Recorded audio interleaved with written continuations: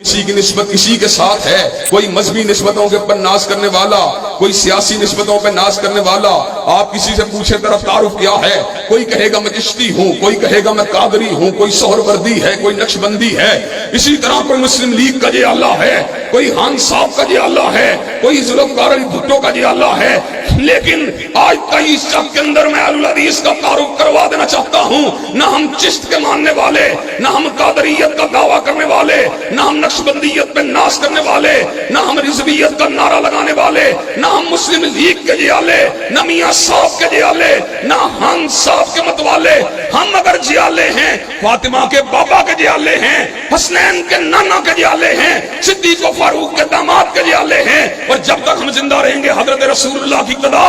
ان کی امامت عظما، ان کی امامت کبریٰ اور ان کی رسالت اللہ الہالدہ کی عظمت کا جھنڈا لہراتے رہیں گے، حدیث مصطفیٰ کا پرچم اٹھاتے رہیں گے، اور حدیث کے مد مقابل کوئی بھی مذہبی سیاسی رنگ میں آئے انشاءاللہ اس کے ساتھ ٹکراتے رہیں گے۔